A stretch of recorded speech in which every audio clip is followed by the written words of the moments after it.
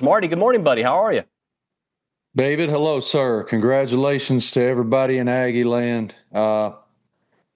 Fantastic performance.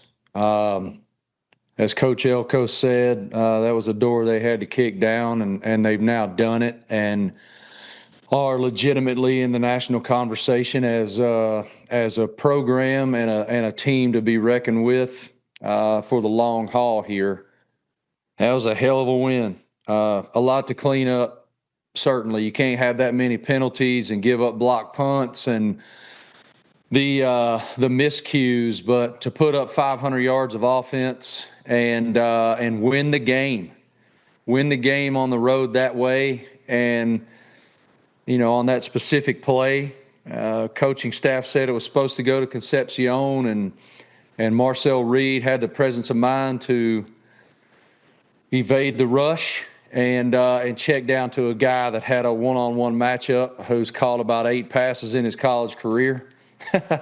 and now he'll never buy a beer in Brazos County again for the rest of his life. And so just a hell of a win, man. Thrilled for everybody down there. That was an impressive win. So it does not guarantee anything, right? Obviously, last season started off great as well, except for the loss to Notre Dame.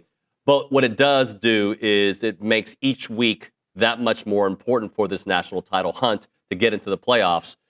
In your eyes, what does this win signify for the program? I think it signifies legitimate relevance in the national conversation. We've all been waiting for this for a long time because Texas A&M always recruits well. They always reload well. They have talent everywhere all the time, but it rarely comes to expectation fruition. I mean, you and I sat here a couple weeks ago before week 1 and went through the schedule, and we decided 8-4. And I don't remember your opinion, but I had Notre Dame as a loss. And so I was wrong there. And so they've already proven me wrong.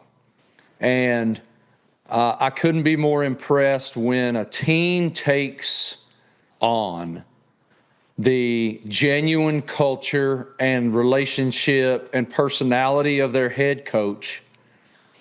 And when that personality is toughness and togetherness and a substantial chip on your shoulder to prove people wrong and to show that they are as good as the talent would suggest, all of that is Mike Elko. And he's not a big bloviator. He's not a guy that stands in front of a microphone and pontificates. He tells you what he thinks, and then he instills that in his guys. I mean, look at chucking chairs. I love that stuff. I love when a guy is so fired up and believes deeply in his guys and they're not performing to the level that he expects them to. It's not berating someone. It's making a statement and showing that passion. And that's what this team's become. And I'm going to tell you, man, going out and getting those 2 wide receivers, they are some bad boys. They are a problem. And when you have 140 yards after the catch and you're catching swing passes and house calling those swing passes, that's what we expect, and they're closing the deal. Marty, I think I also had the Notre Dame game as a loss, but initially I thought that was the most winnable of the 3 really hard road games. What I think has happened since then is that I have questions about certain teams on their schedule that maybe they're not as good as I initially thought, and then there's other games I'm like, but maybe this team, who I thought A&M should be significantly better than, might not be. I mean, it may be a lot like Auburn. I still have questions about Auburn because I haven't seen them really do well. They beat Baylor, and I thought that was a great win. But I want to see more from Auburn. We're going to find out a lot about them. I think Texas, there's a TBD on them because they haven't looked great against bad teams, but A&M didn't look great against bad teams either. Now, nobody was booed, and there's a difference. So I guess I'm still kind of trying to figure out the SEC. We all are. This weekend is going to be really interesting. You're right. We're going to learn a ton about Auburn this weekend. With Oklahoma's really good, man.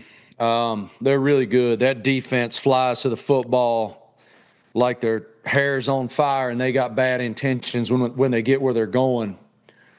It's very Brent Venables. And when you got a guy behind center with the kind of moxie that John Mateer has, and the weapons that he has at his disposal, there's a lot there to work with. Now, Jackson Arnold is coming back to Oklahoma now as Auburn's starting quarterback.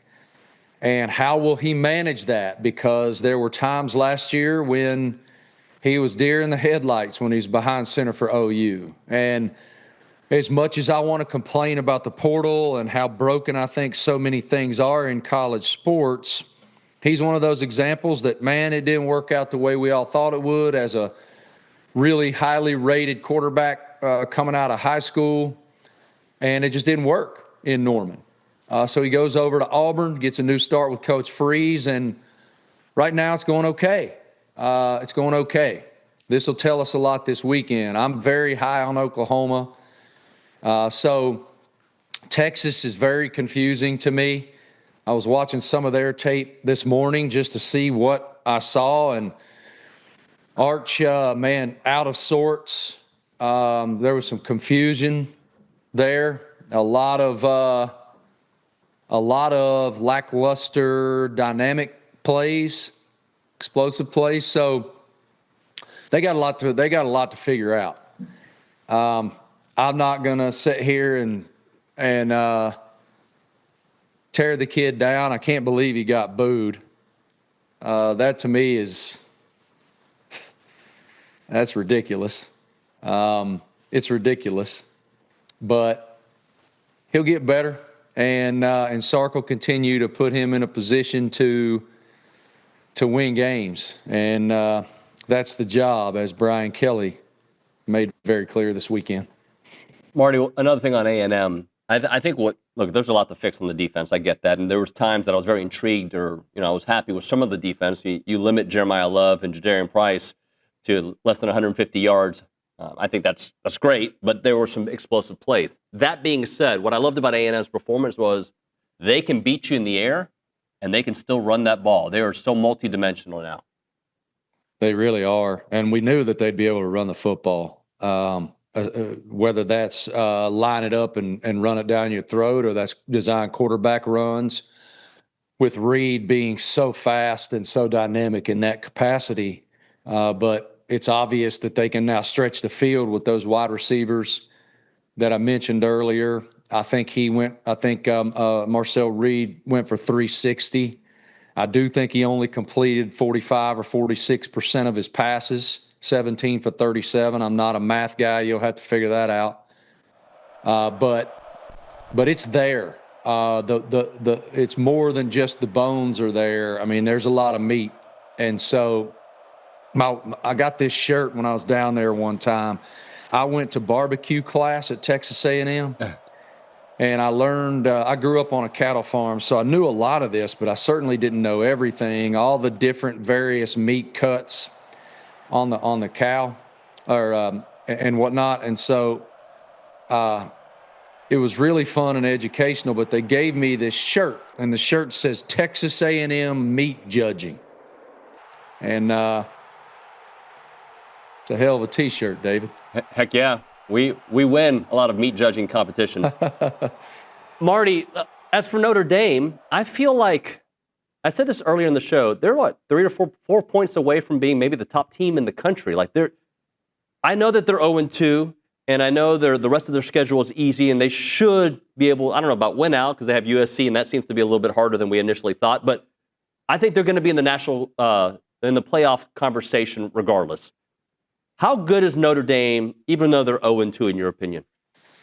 I think there's a couple things to be noted there. Miami's very good. I'm as impressed with Miami as I am any team in the country, certainly based on what my preseason thought process was versus what they're putting on the football field. Mario's got it humming. I'm thrilled for Carson Beck. He's a young man I've gotten to know during his time at Georgia, and he's playing very high-level football. You botch a snap on an extra point which is it happened. It happened, and so it happened. But rare. That's a rare occurrence that had a very important impact on the outcome of the football game. There was a tackle that occurred on the last play of the game, Texas A&M's touchdown, that was not called. And so that was beneficial to Texas A&M. Every single play in a football game adds up to the outcome of the football game. We tend to look at one or two plays, and coaches will tell you it comes down to those one or two plays. And on paper, that's absolutely true, but every single play cumulatively matters. So you look at those two plays, right? If Notre Dame wins this game, the narrative is not the same narrative because Texas A&M is really good. And then you've lost to Miami barely, and you're 1-1. And the only top 25 team you have left on your schedule is USC. And so it's looking really good. But the ACC is better than I thought it was. And who knows what's going to happen. I think in the moment it's easy to go, oh, yeah, they're done. But I just don't know. You said it earlier. This is a season that has a lot of unknowns in it. And we're 3 weeks in. I have no idea what's going to happen. No clue what's going to happen when we get there. Last year, we all thought Clemson was done after a couple weeks, that we don't know if they have what it takes, and they wound up going to the college football playoff anyway. Notre Dame, who'd they lose to? Northern Illinois last year or something? Or was it, yeah, Northern Illinois, and they played in the national championship. They played for the national championship. So I can't sit here and tell you what's going to happen. I don't know. But to lose a couple games the way that they have, it looks rough on paper, but then you look at the fact that the Associated Press voters still have them in the top 25. The last 0-2 team to be in the top 25 was the 1988 Michigan Wolverines. And so, obviously, people still believe in their opportunity. Marty, I think Josh Heupel has proven himself to be not a gimmick coach. The guy adapts to the talent he has. So, look, they lose to Georgia in a game that I know that they felt they should have had. They scored 40-plus. I think it was the first. I think they're what? I forget what the record is, but they only had one loss whenever they score 40-plus. I think it says. I think it was 13-1. Is that right? 13-1. So I think we learned a lot about both Georgia and Tennessee, even in loss for Tennessee. But Georgia, the resolve that they have, regardless of being down, and the way they were able to flip the script in the second half. And then Tennessee, man, the Joey Aguilar story is a great story. The Josh Heupel coaching story is a great story. I agree. I spent last Monday and Tuesday there. My college game day feature was on Joey Aguilar and his unbelievable path to Knoxville from City College in San Francisco as a 0 star with 0 offers, riding a BART train 90 minutes each way, many days of which he could not afford the fare, so he started peddling Air Jordans in order to afford his train fare so that he could go down to City College where he gray-shirted. And then COVID hit. He was ready to quit the game. Diablo Valley College reinstitutes football. His parents talk him into trying again. He goes there and plays, balls out, goes all the way across the country to Boone, North Carolina, had unbelievable culture shock from the ocean to the mountains. All he did was put up 7,200 yards of offense in 2 years. Diego Pavia rule happens. NCAA in December allows former JUCO players to receive an extra year of eligibility. He gets back in the portal, goes to UCLA. Nico gets gone from the University of Tennessee, transfers to UCLA. Bleep happens. He gets back in the portal, takes Nico's job at the University of Tennessee, shows up, learns the playbook in 2 weeks, wins the job, and is doing nothing but just ripping in Knoxville, Tennessee. Unbelievable story. And a phenomenal young man, and to see his mother and his grandmother in tears, last weekend as he ran through the power tee for the first time. It's awesome. And they're a problem, son. Yeah, they lost. I get like Gunnar Stockton was the number one question mark for Georgia coming into the season. And that ain't a question anymore. That throw he had on 4th and 6 and the rest of your life, outside shoulder to Humphreys in the corner of the end zone, and then the 2-point conversion to tie it, and then they ultimately go and win the football game. Just it's movie stuff. Marty, I'm confused about LSU. I shouldn't be because they keep winning and they beat good teams. No, it's fair to be confused. The offense isn't so far. You know, I don't want Brian Kelly to yell at me. What we expected so far, and the defense. I'm sorry, you got to give them credit. It wasn't just DJ Lagway making mistakes. It was LSU's defense putting them in some really bad positions. But I don't know enough about I don't know enough about Florida or Clemson to tell you how good those wins are right now. So I think there's a couple things to look at.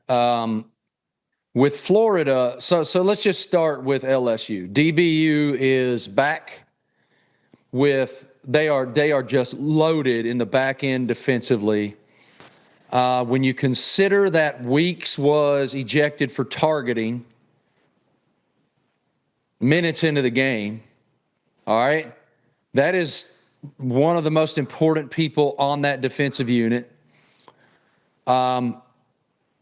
Blake Baker is an unbelievable defensive coordinator, but he's also the linebacker coach.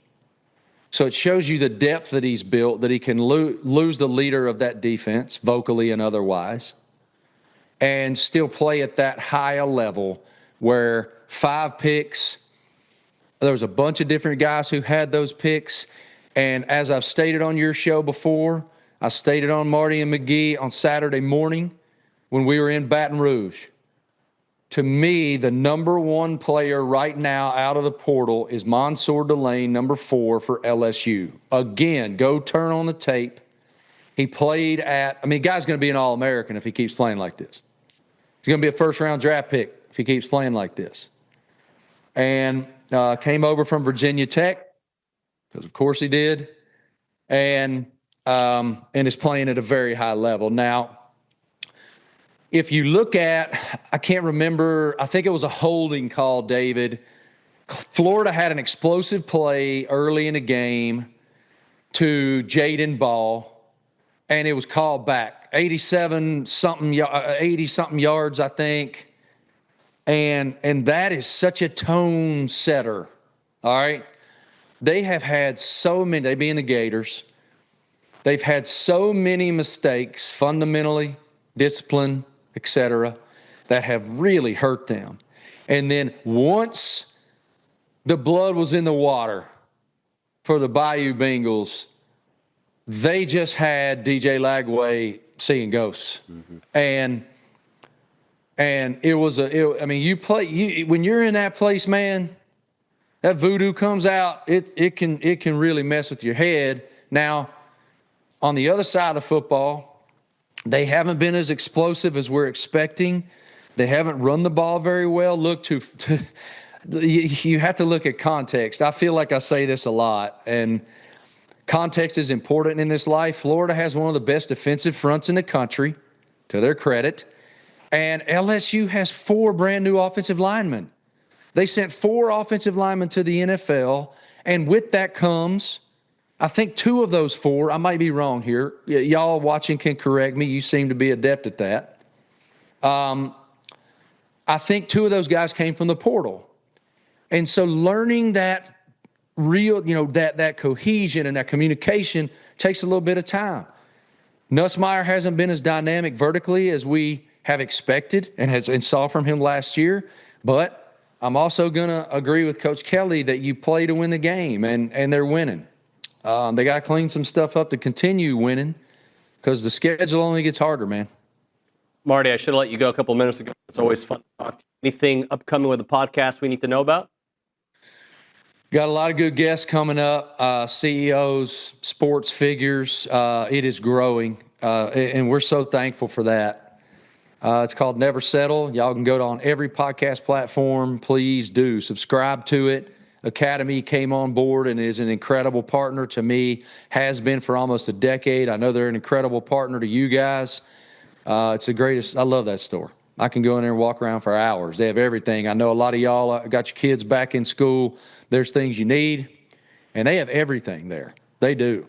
I'm a workout hound and love to they even have a hydration station with liquid IV and Noon and all that stuff. So go there, man. Go to Academy. They have everything you want and more.